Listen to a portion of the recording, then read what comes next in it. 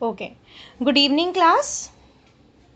So today is our next class, that is third digital class. और last class में हम लोगों ने dimensions डील किए. In today's class, we'll use those dimensions formula to understand the principle of homogeneity. This is third digital class. Units and measurements, obviously. So हम लोगों ने पहली क्लास में पहली क्लास में हमने यूनिट्स को थोड़ा डिटेल में समझा, दूसरी क्लास में एमएलटीज डील किए. अब तीसरी क्लास में जो हमने डायमेंशनल फॉर्मूलाज डिराइव किए, एमएलटीज पढ़े, अब हम उन डायमेंशनल फॉर्मूलाज को यूज करेंगे प्रिंसिपल ऑफ होमोजेनिटी पढ़ने के लिए. Okay, so what do you understand by principle of homogeneity? Only those physical quantities can be added or subtracted which have same dimensions. Same dimensions. Ma'am समझे नहीं है ना? चलिए आइए समझाते हैं. अब मेरे को एक बात बताओ, अगर मैं आपको कहूँ बच्चा 4 लीटर पानी में 5 किलो चावल ऐड कर दो तो कितने हुए? आप आंसर दे पाओगे? नहीं दे पाओगे, क्योंकि ये दोनों अलग अलग क्वांटिटीज हैं, हम इनको ऐड ही नहीं कर सकते. अगर मैं ये बोलूं बच्चा 4 लीटर पानी में आप 2 लीटर पानी ऐड कर दो तो कितने लीटर पानी हुआ? 6 लीटर. फिर आप ऐड कर दोगे, है ना? So only those physical quantities can be added और subtracted which have same dimensions. तो सिर्फ उन्हीं फिजिकल क्वांटिटीज को ऐड कर सकते हैं या सब्ट्रैक्ट कर सकते हैं जिनकी डायमेंशंस सेम हो. अदरवाइज हम उनको ऐड या सब्ट्रैक्ट नहीं कर सकते. Only those physical quantities can be added और subtracted which have same dimensions. जैसे 4 लीटर दूध में अगर 2 लीटर दूध ऐड करना है तो 6 लीटर दूध हो जाएगा, लेकिन 4 लीटर दूध में 2 किलो चावल ऐड नहीं कर सकते. So only those physical quantities can be added और subtracted which have same dimensions. Otherwise ना आप उन्हें ऐड कर सकते हो ना आप उन्हें सब्ट्रैक्ट कर सकते हो. Okay class. तो अब एक बात बताओ, इसको अगर हम दूसरे एस्पेक्ट में समझने की कोशिश करें, ये तो ये कहता है कि अगर मैंने ए में बी ऐड किया तो मुझे सपोज सी मिला, तो ए और बी दोनों की यूनिट्स जो हैं सेम होनी चाहिए. Units of A must be equal to units of B, और इन दोनों को ऐड करके यूनिट ऑफ सी के इक्वल होना चाहिए. 4 litre plus 2 litre is equal to 6 litre. तो लीटर लीटर लीटर, तो तीनों की यूनिट्स बराबर होनी चाहिए. तो हम सिर्फ ऐड उन्हें ही कर सकते हैं या सब्ट्रैक्ट भी. a minus B is equals to C. Subtract भी सिर्फ उन्हें ही कर सकते हैं जिनकी डायमेंशन सेम हो, जिनके यूनिट्स सेम हो, जिनका एमएलटी सेम हो. अगर इसको दूसरे एस्पेक्ट में डील करने की कोशिश करें तो इसकी एक और डेफिनेशन पढ़ते हैं. The dimensions of all the terms written on both sides of the correct equation should be same. यानी इनके dimension, the dimension of all the terms, कोई भी टर्म है, चाहे ए है बी है, इज इक्वल्स टू सी है, तो the dimension of all the terms यानी ए बी और सी की, written on both sides of the correct equation, अगर दोनों साइड ऑफ करेक्ट इक्वेशन के लिखी हुई है तो शुड बी सेम. वो क्या होनी चाहिए? सेम होनी चाहिए. यानी ए की डायमेंशन बी के बराबर होनी चाहिए या ए और बी की इंडिविजुअली सी के बराबर होनी चाहिए. The dimension of all the terms written both sides of the correct equation. Correct सिर्फ तभी होगी जब दोनों साइड में यूज होने वाले वेरिएबल्स पैरामीटर्स की डायमेंशन सेम होगी. कैसे? जैसा कि मैं कह रही हूँ 4 litre plus 2 litres is equals to 6 litres. तो the dimensions of all the terms, litre का मतलब क्या होता है? वॉल्यूम. लीटर का मतलब क्या है? वॉल्यूम. तो वॉल्यूम की एमएलटी क्या हो गई? m0 l3 t0. याद कीजिए टेबल में ml3 कर चुके हैं. इसकी एमएलटी भी क्या हो गई? m0 l3 t0, और इसकी एमएलटी भी क्या हो गई? m0 l3 t0. Of the correct equation should be same. नहीं तो वो सेम, नहीं तो वो गलत हो जाएगी.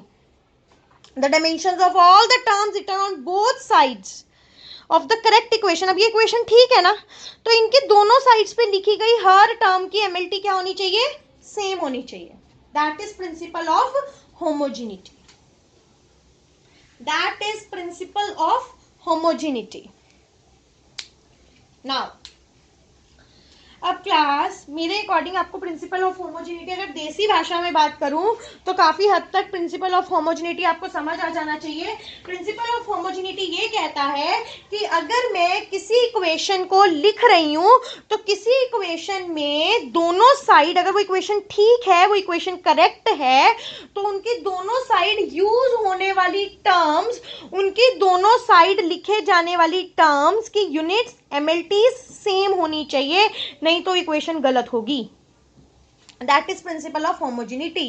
यानी मैं ये नहीं कह सकती कि 4 kg plus 2 litres is equals to 3 kg, नहीं, ये गलत है इक्वेशन, क्योंकि एमएलटी केजी का मतलब क्या हो गया, मास, तो केजी की एमएलटी क्या हो गई, m1 L0 T0, लीटर का मतलब क्या हो गया, volume, m0 L3 T0, KG की एमएलटी क्या हो गई, m1 L0 T0, मास है। तो क्या इन तीनों की एमएलटी सेम है, जब तीनों की एमएलटी सेम नहीं है तो इक्वेशन ही गलत है। तो अगर मैं आपको ये भी बोल दूं कि बच्चा किसी इक्वेशन की करेक्टनेस चेक करनी है कि कौन सी इक्वेशन कितनी सही है और कौन सी इक्वेशन कितनी गलत है, तो वो भी आप उसकी एमएलटी से ही चेक करोगे, ठीक है। आगे आ जाओ, इसी पे बेस्ड आप क्वेश्चंस करने हैं।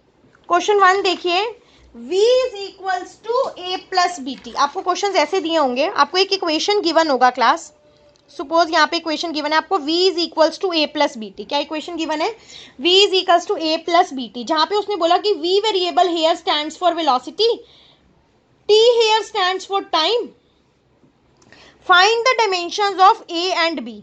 किसकी डायमेंशंस निकालो, a और b की, किसकी डायमेंशंस, क्वेश्चन यहीं तक है। उसने कहा कि आपको v is equals to a plus B T, this is the equation, जहां पे v वेलोसिटी है, t टाइम है, find the dimensions of a and b, a और b की डायमेंशंस आप बता दीजिए। क्वेश्चन समझ आया, थोड़ा बहुत समझ आया होगा। चलो अब हमने डायमेंशंस बतानी है ना, किसकी, a और b की। अब मुझे एक बात बताओ, अभी मैं बताकर हटी प्रिंसिपल ऑफ होमोजेनिटी में, अगर हम किसी भी इक्वेशन में दो टर्म्स को सब्ट्रैक्ट कर रहे हैं या ऐड कर रहे हैं, अगर हम किसी भी इक्वेशन में दो टर्म्स को सब्ट्रैक्ट कर रहे हैं या ऐड कर रहे हैं, तो इन तीनों की यूनिट्स या इन तीनों की डायमेंशंस यानी एमएलटीज इक्वल होनी चाहिए। किसकी, ए की, बी की और सी की, यानी तीनों की एमएलटीज क्या होनी चाहिए, बराबर होनी चाहिए। या फिर ये बोलूं कि the dimensions of all the terms on both sides of the correct equation, अगर ये इक्वेशन करेक्ट है तो इनकी बोथ साइड्स पे यानी v a b t जो भी वेरिएबल्स यूज हो रहे हैं उनकी डायमेंशन सेम होनी चाहिए। यानी डायमेंशन ऑफ a किसके बराबर होनी चाहिए, b t के, या डायमेंशन ऑफ a किसके बराबर होनी चाहिए, v के, यानी तीनों की डायमेंशन बराबर होनी चाहिए। अब ध्यान से समझो प्रिंसिपल ऑफ होमोजेनिटी को मैं इसमें यूज कैसे कर रही हूं। मैं कह रही हूं क्लास कि इन दोनों, ये दोनों वेरिएबल्स, ये दोनों टर्म्स ऐड हो रही हैं, कौन सी दो टर्म्स, a और bt, a और bt दोनों टर्म्स ऐड हो रही हैं, ऐड हो रही हैं, यानी डायमेंशन ऑफ a किसके बराबर होगा, डायमेंशन ऑफ bt के, क्योंकि ऐड और सब्ट्रैक्ट अगर कोई भी दो चीजें हो रही हैं, दो पैरामीटर्स हो रहे हैं, तो उनके डायमेंशंस बराबर होंगे। ये मैं बता चुकी हूँ प्रिंसिपल, और ये मैं एग्जांपल से भी समझा चुकी हूँ। आप 2 लीटर में 2 लीटर ही ऐड कर सकते हो, 2 लीटर में 2 किलो ऐड नहीं कर सकते। यानी अगर आप 2 लीटर में 2 लीटर ऐड कर रहे हो तो दोनों वेरिएबल्स की यूनिट लीटर है, यानी दोनों वॉल्यूम है, तो दोनों वॉल्यूम है तो वॉल्यूम की एमएलटी सेम होंगी। तो अगर दो टर्म्स आप ऐड कर रहे हो तो दो टर्म्स ऐड करने का मतलब क्या है कि इसका डायमेंशन इसके डायमेंशन के बराबर होगा। जब इसका डायमेंशन इसके डायमेंशन के इक्वल होगा क्लास, तो हम कह सकते हैं इसका एमएलटी ए तो मुझे पता ही नहीं, इसका तो निकालना है, तो डायमेंशन ऑफ ए तो मुझे निकालना है क्योंकि मेरे पास है नहीं, लेकिन डायमेंशन ऑफ बी भी मुझे निकालना है नहीं, लेकिन टी है, तो डायमेंशन ऑफ बी टी का क्या हो जाएगा, बी इंटू टी, बी का पता नहीं और टी तो टाइम है, टी क्या है, टाइम, टाइम में मास नहीं होता, लेंथ नहीं होती, बट टाइम होता है, तो टाइम का एमएलटी लिख दिया मैंने, कितना, M0 L0 T1, और डायमेंशन ऑफ ए भी नहीं पता और डायमेंशन ऑफ बी भी नहीं पता, ना ए का डायमेंशन पता ना बी का पता, लेकिन टाइम का पता, तो मैंने टाइम का पुट कर दिया। तो ए किसके इक्वल आ गया, बी, इसका एमएलटी पुट करो M0 L0 T1। एग्री। अब देखो क्लास, अब ये पूरी इक्वेशन है, मैंने प्रिंसिपल ऑफ होमोजेनिटी में बताया कि अगर कोई इक्वेशन करेक्ट है, ये आपको चेक नहीं करनी करेक्ट है कि नहीं है, ये क्वेश्चन में गिवन है that this equation is right.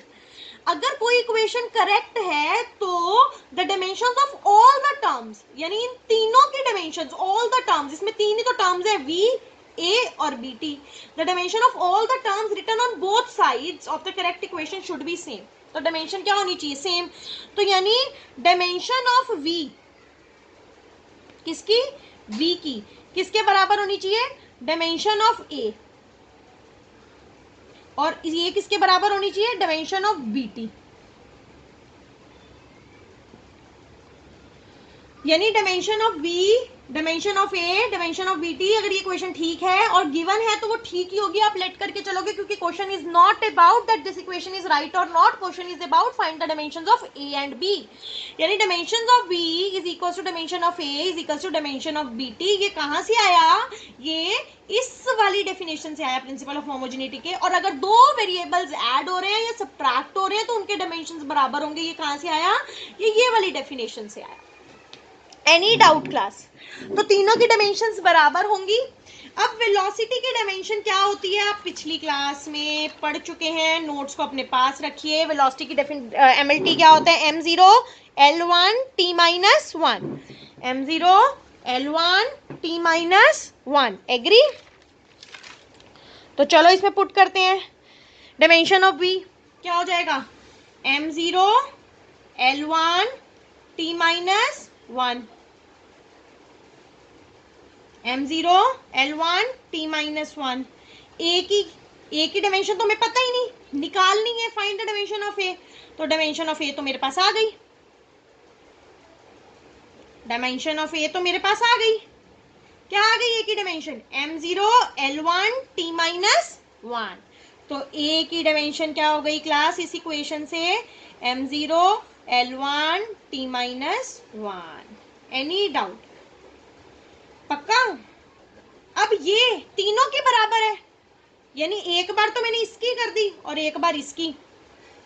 Dimension of BT, अब बीटी में बी की तो मुझे पता नहीं, लेकिन टी की पता है, M0 L0 T1, क्योंकि टी टाइम है, मुझे गिवन है टी टाइम है। और यहाँ पे भी आप इस इक्वेशन को देखो, या तो इस इक्वेशन को ऐसे भी सॉल्व कर सकते हो, या यहाँ से आपके पास ए की वैल्यू आ गई थी तो ए की वैल्यू उठा के यहाँ पुट कर देते तो बी की निकल जाती, क्योंकि तीनों वेरिएबल्स की वी, ए और बी टी, तीनों वेरिएबल्स की डायमेंशंस बराबर है, बराबर है ना। तो हमने वी से ए की निकाल ली और ये दोनों ऐड हो रहे थे, ये दोनों ऐड हो रहे थे, तो मैंने इन दोनों की डायमेंशंस बराबर कर दी, ए और बी के रेशियोज में निकाल दी। अब डायमेंशंस ऑफ बीटी, टाइम को हमने पुट किया, यहां से ए क्या आ गया, M0 L1 T minus 1। Agree? B M0 L0 T1। अब चाहे आप इसको इसके इक्वेट कर लो, चाहे ए की वैल्यू यहाँ पुट कर लो, बट प्रेफर मैं किसको करूंगी, ए की वैल्यू को पुट करना। तो this is suppose your first equation and this one is your second equation. Put second in first, तो ए की वैल्यू यहाँ पुट करो, क्या आया, M0 L1 T minus 1, M0 L1 T minus 1 किसके बराबर हो गया, B, और T की क्या है, M0 L0 T1। एग्री? अब यहाँ से B की निकालोगे तो ये डिवाइड हो जाएगा। अब यहाँ से अगर आप B की निकालोगे तो इसको डिवाइड करोगे, M0 L1 T minus 1 divided by M0 L0 T1। तो यहाँ से B की क्या आ गई, M0 minus 0, M0 1 minus 0 1 minus 1 minus 1 minus 2। सो B की डायमेंशंस क्या आ गई class, M0 L1 T minus 2, और A की आपने निकाल ही ली थी मेरी सेकेंड इक्वेशन से। तो आपसे उसने A और B की एमएलटी पूछी थी, आपने A और B की एमएलटी सॉल्व करके दे दी। क्लास पहले आप समझने की कोशिश कीजिए, फिर वीडियो को पॉज कीजिए, दोबारा अगर आपको लगता है कि नहीं समझ आई तो बैक करके दोबारा सुनिए क्वेश्चन को, बट वीडियो के दौरान लिखने की कोशिश मत कीजिए। वीडियो के दौरान सिर्फ समझिए, उसके बाद जब नोट्स बनाएंगे तो एक एक स्टेप को लिखिए। फिर भी किसी को समझ नहीं आएगा वो मुझे व्हाट्सअप करेगा, as I already told you. आगे बढ़े। अभी क्वेश्चन, आज की क्लास में यही वाले क्वेश्चन करने हैं, और इन क्वेश्चन से आपका कॉन्सेप्ट देखना कितना स्ट्रांग हो जाएगा एमएलटी का। सेकेंड क्वेश्चन, उसने इक्वेशन गिवन है, कौन सी इक्वेशन गिवन है, x is equals to a plus C by M, और x क्या गिवन है, डिस्प्लेसमेंट, m क्या गिवन है, मास। किसकी डायमेंशंस निकालनी है, a और c की। किसकी डायमेंशंस निकालनी है, a और c की। x क्या है बच्चा, डिस्प्लेसमेंट। अब देखो प्रिंसिपल ऑफ होमोजेनिटी क्या कहता है, प्रिंसिपल ऑफ होमोजेनिटी कहता है कि अगर दो वेरिएबल्स, दो इक्वेशंस ऐड हो रही हैं या सब्ट्रैक्ट हो रही हैं, अगर दो इक्वेशंस ऐड हो रही हैं या सब्ट्रैक्ट हो रही हैं, तो दोनों इक्वेशंस की एमएलटीज इक्वल होंगी। तो दोनों इक्वेशंस की एमएलटीज इक्वल होंगी, यानी dimension of A, dimension of A किसके बराबर होगा, dimension of C by M के। क्यों होगा, क्योंकि दोनों ऐड हो रहे हैं, और दो टर्म्स जब ऐड होती हैं तो उनका एमएलटी या डायमेंशन सेम होता है। ये प्रिंसिपल ऑफ होमोजेनिटी कहता है। अब ना तो मुझे ए पता ना मुझे सी पता, लेकिन मुझे एम पता है, एम मास है, तो ए का डायमेंशन तो मैं पता नहीं लगा सकती, सी का मैं पता नहीं लगा सकती, लेकिन एम का पता लगा सकती हूँ, क्योंकि मास है तो एम 1 हो गया, लेंथ है नहीं, टाइम है नहीं। एग्री, ये हो गई आपकी इक्वेशन 1। ना ए का पता ना सी का पता।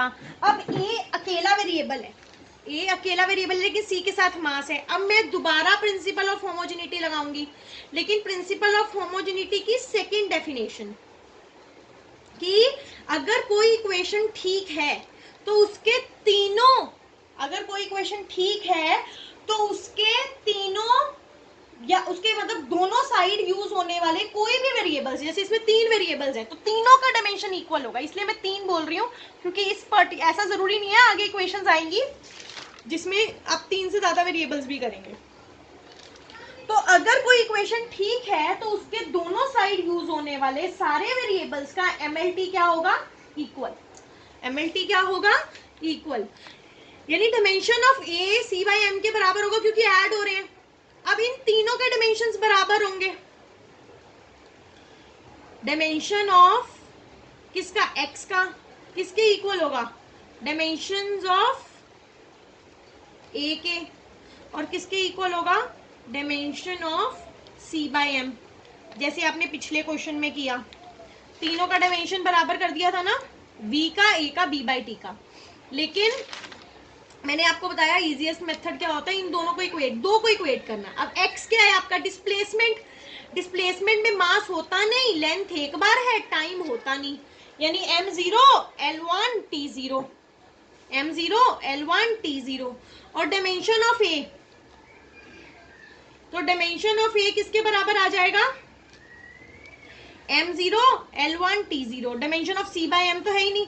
अब एक काम करो, ये सेकेंड इक्वेशन, तो सेकेंड इक्वेशन के अकॉर्डिंग a किसके बराबर आ गया, ये रहा, तो a का काम तो सॉल्व हो गया। a तो आ गया आपका m0 l1 t0, a का तो काम खत्म, सेकेंड इक्वेशन आ गई आपकी। अब a को फर्स्ट में पुट कर दोगे तो c का आ जाएगा, यानी c का एमएलटी आ जाएगा, पुट सेकेंड इन फर्स्ट। 2 को 1 में पुट करो, पुट किया, m0 l1 t0 is equals to c upon m1 l0 t0। c निकाला यहां से, तो c कितना हो जाएगा, m0 l1 t0 multiplied by m1 l0 t0। Multiply में पावर क्या होती है, मल्टीप्लाई में पावर ऐड होती हैं, तो ऐड कर देते हैं, m0 प्लस 1 1, 1 प्लस 0 1, 0 प्लस 0 0, तो C क्या आ गया, M1 L1 T0, M1 L1 T0। तो A की डायमेंशंस क्या आ गई आपके पास, M0 L1 T0, यानी डायमेंशन ऑफ A आ गई। डायमेंशन ऑफ C क्या आ गई, M1 L1 T0, M1 L1 T0। अगले क्वेश्चन पे बढ़ने की कोशिश करें। जिसको समझ नहीं आ रहा वो दोबारा सुनेगा, पोज करके देखेगा, लिखते टाइम समझेगा, फिर भी समझ नहीं आया मुझे व्हाट्सअप करेगा, कुछ भी समझ नहीं आया फिर भी पर्सनल ग्रुप पे ना करके पर्सनल व्हाट्सअप करेगा, मैम मुझे क्लास ही समझ नहीं आई, फिर भी कुछ शुरू से पल्ले नहीं पड़ा फिर भी मुझे बताएगा, बिना बताए तो मुझे पता नहीं चलेगा। तो it's better firstly tell me so that I can solve your problem. अभी मैं आपके सामने नहीं हूँ, मैं आपके फेस एक्सप्रेशन से या आपसे क्रॉस एग्जामिन करके आई कैन नॉट आस्क किसको कितना समझ आया। तो it's your responsibility to tell ma'am क्या समझ आ रहा है क्या समझ नहीं आ रहा। इवन कहीं पे वीडियो में प्रॉब्लम आ रही है या कोई आप अपनी तरफ से फीडबैक देना चाहते हैं कि मैम ऐसे नहीं आप थोड़ा ऐसे कीजिए, क्योंकि लिमिटेड रिसोर्सेज के साथ हम लोग कोशिश कर रहे हैं आप लोगों तक आपका सिलेबस पहुंच सके, लेकिन अगर आप लोग हमें प्रॉब्लम नहीं बताएंगे तो चीज़ें सॉर्ट नहीं होंगी। तो इट्स बेटर कि आप लोग खुद से बताएं कि मैम ऐसे कर लेते हैं, या मैम ये चीज़ मुझे क्लियर नहीं हो रही, आप मुझे दोबारा कर दो। ठीक है, चलें अगले क्वेश्चन पे।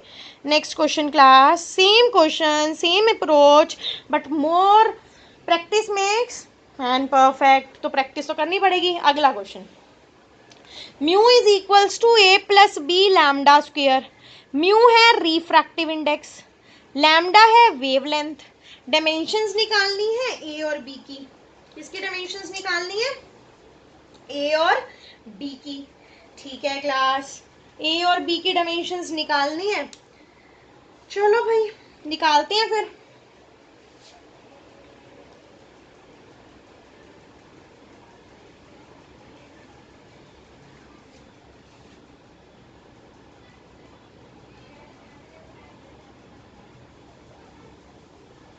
चलिए क्लास, देख लिया होगा क्वेश्चन आप लोगों ने। अब वही चीज सब कुछ वैसा ही, प्रिंसिपल ऑफ होमोजेनिटी के क्वेश्चंस, ए और बी कांस्टेंट्स की निकालनी है। म्यू क्या है यहाँ पे आपका, refractive index.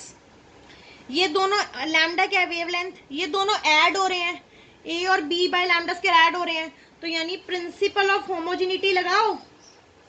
Principal of homogeneity क्या कहता है कि अगर दो पैरामीटर्स ऐड हो रहे हैं या सबट्रैक्ट हो रहे हैं तो उनके एमएलटीज क्या होंगे, सेम। यानी डायमेंशंस ऑफ ए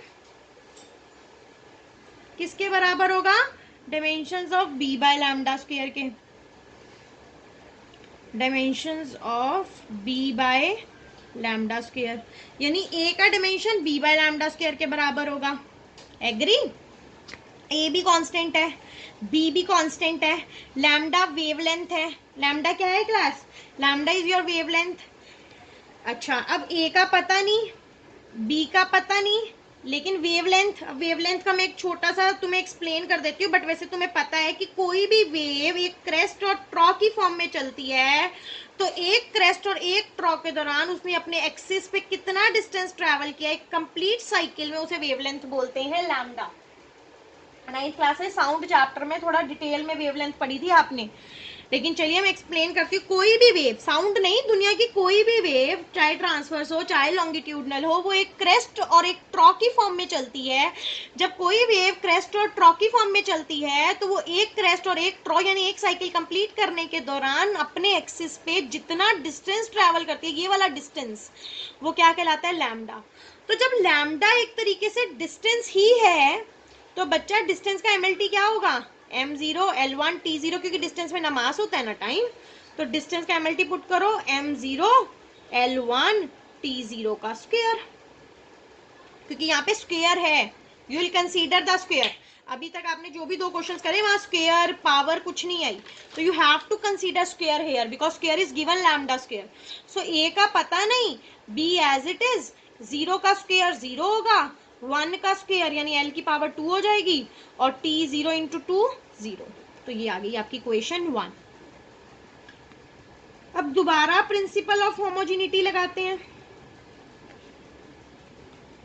दोबारा प्रिंसिपल ऑफ होमोजेनिटी लगाते हैं, तो प्रिंसिपल ऑफ होमोजेनिटी क्या कहता है कि दोनों साइड, अगर कोई इक्वेशन ठीक है तो उसके दोनों साइड में यूज होने वाले वेरिएबल्स की हर वेरिएबल का एमएलटी सेम होगा, हर वेरिएबल का एमएलटी सेम होगा। यानी यहाँ एक म्यू है, एक ए है, एक बी बाय लैम्डा स्क्वायर है। यानी जैसा कि आपने इस क्वेश्चन में भी करा, पिछले क्वेश्चन में भी करा, तीनों का एमएलटी बराबर कर दिया था, तीनों का एमएलटी बराबर कर दिया था, किया था। इसी तरीके से इस पर्टिकुलर क्वेश्चन में हम तीनों का एमएलटी म्यू ए और बी बाय लैम्डा स्क्वायर का इक्वल कर देंगे। तो dimensions of mu is equals to dimension of A is equals to dimension of B by lambda square.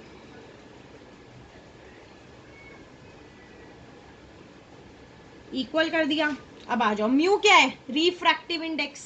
Mu क्या है? Refractive index. पिछली क्लास में आ जाओ, अपने नोट्स खोलो और रिफ्रैक्टिव इंडेक्स पे जाओ। रिफ्रैक्टिव इंडेक्स में मैम ने बताया था कि रिफ्रैक्टिव इंडेक्स म्यू होता है, और म्यू किसका रेशो होता है? स्पीड का स्पीड से। जब रेशोज होते हैं, चाहे वो स्ट्रेन में हो चाहे वो रिफ्रैक्टिव इंडेक्स में हो, तो रेशोज में न्यूमिनेटर के एमएलटीज डिनोमिनेटर के एमएलटीज से कैंसिल हो जाते हैं, तो वो डायमेंशन लेस क्वांटिटी बन जाती है। ना उसका मास, ना उसका लेंथ, ना उसका टाइम, क्योंकि ऊपर भी स्पीड थी नीचे भी स्पीड थी, तो स्पीड का एमएलटी स्पीड के एमएलटी से कैंसिल हो गया। तो ये कौन सी क्वांटिटी हो गई? Dimension less. कौन सी क्वांटिटी हो गई? Dimension less. तो म्यू रिफ्रैक्टिव इंडेक्स गिवन है। रिफ्रैक्टिव इंडेक्स एक डायमेंशन लेस क्वांटिटी है। m0 l0 t0। ए का तो पता ही नहीं है, A as it is, B by lambda square का B by lambda square as it is. मैंने आपको बताया था सॉल्व करने का इजी तरीका क्या है, इससे ए का निकाल लो और ए को इसमें पुट करके बी का निकाल लो। ठीक है, इस इक्वेशन से हमने ए का निकाल दिया, तो ए का एमएलटी किसके बराबर आ गया? m0 l0 t0। ये हो गई सेकेंड इक्वेशन। सेकेंड को फर्स्ट में पुट कर दो। पुट कर दिया तो ए का पुट करने के बाद क्या हो गया? m0 l0 t0, बी का बी, और ये कितना हो गया? m0 l2 t0। तो यहाँ से b का क्या आ गया? मल्टीप्लाई करो, m0 l0 t0 multiplied by m0 l2 t0। Multiply में पावर क्या होती हैं? ऐड होती हैं। 0 + 0 0, 0 + 2 2, 0 + 0 0। तो यानी b का एमएलटी क्या आ गया? m0 l2 t0। ए का निकाल लिया आपने, m0 l0 t0, ये आ गया ए का और ये आ गया बी का। This is your answers, highlighted one. Similarly यहाँ पे आपने ए का निकाल लिया था, this is your answers, highlighted one. C का भी निकाल दिया था।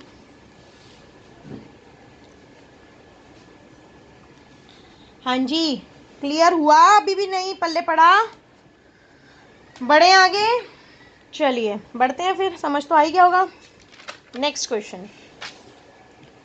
अच्छा है ना अब तो कॉन्सेप्ट। अब वर्कशीट मिलेगी आपको, क्योंकि अब न्यूमेरिकल्स शुरू हुए। अभी तक थोड़ा थ्योरेटिकल पोर्शंस चल रहे थे एमएटीज, तो उसकी वर्कशीट्स देने का कोई यूज नहीं।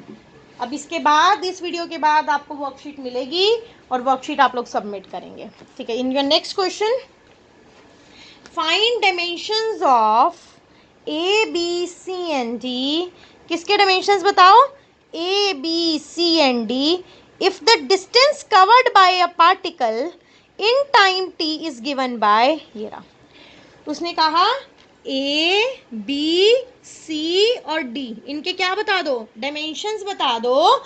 जब x यानी डिस्टेंस की इक्वेशन ये है, यानी x डिस्टेंस है और t टाइम है। उसने बोल दिया ना, ये डिस्टेंस कवर्ड है, बोला है उसने, तो वो स्पेशली आपको x यहाँ डायरेक्टली मेंशन ना करके इनडायरेक्टली मेंशन कर रहा है कि डिस्टेंस कवर्ड की इक्वेशन ये है जहाँ पे t टाइम है। तो आप a b c और d variable, a b c और d कॉन्स्टेंट्स के मुझे डायमेंशंस दे दीजिए। क्या दे दीजिए? डायमेंशंस। ठीक है मैम, अभी तक आप जो समझाते हैं उसके अकॉर्डिंग चलते हैं। प्रिंसिपल ऑफ होमोजेनिटी लगाते हैं। प्रिंसिपल ऑफ होमोजेनिटी क्या कहता है बच्चे? कि जो भी वेरिएबल्स ऐड हो रहे हैं या सब्ट्रैक्ट हो रहे हैं, उनके एमएलटीज इक्वल होते हैं।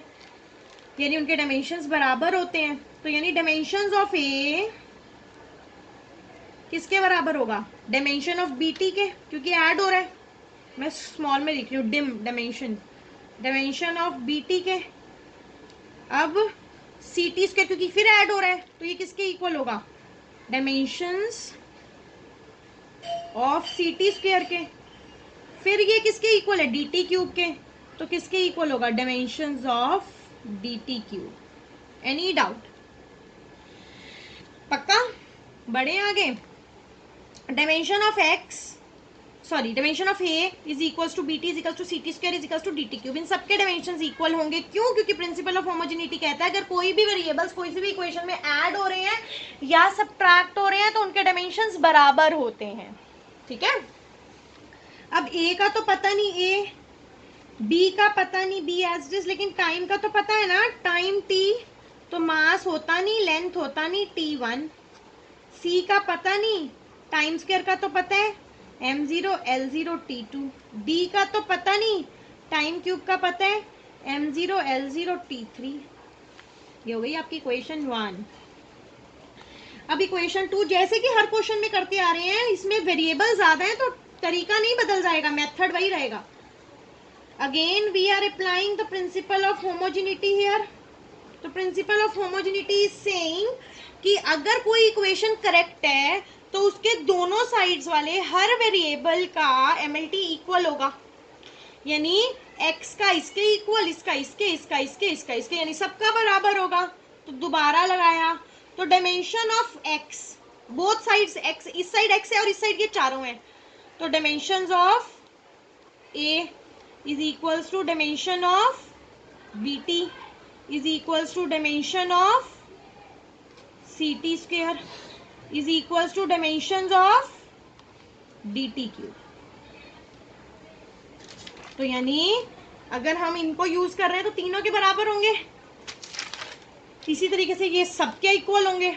अब x का पता है, x क्या है, डिस्टेंस है ना, और डिस्टेंस में क्या होता है, मास होता नहीं, लेंथ एक टाइम, टाइम होता नहीं। डायमेंशन ऑफ ए का पता नहीं, बीटी का, बी का पता नहीं, टी का पता है, m0 L0 T1। सी का पता नहीं लेकिन टी स्क्वायर यानी टाइम 2 बार आ गया, मास आया नहीं, लेंथ आया नहीं, टाइम 2 बार आ गया। डी एज इट इज, मास आया नहीं, लेंथ आया नहीं, लेकिन टाइम 3 बार आ गया, T cube. Any doubt, this is equation 2। फिर मैंने आपको बोला था बच्चा, इससे आप क्या किया करो, एक वेरिएबल का निकाल लो और इसमें पुट कर दो तो सबके आ जाएंगे। लेकिन इसमें जब हम करते थे तो हमने क्या किया था, ए का निकाल लिया था, फर्स्ट में पुट करके सी का भी निकल गया था। लेकिन इसमें वेरिएबल्स बहुत सारे हैं, लेकिन मैंने वही बोला, वेरिएबल्स बढ़ने से मेथड चेंज नहीं होगा, मेथड वही रहेगा। तो यहाँ से ए का क्या आ गया बच्चे आपके पास, m0 L1 T0।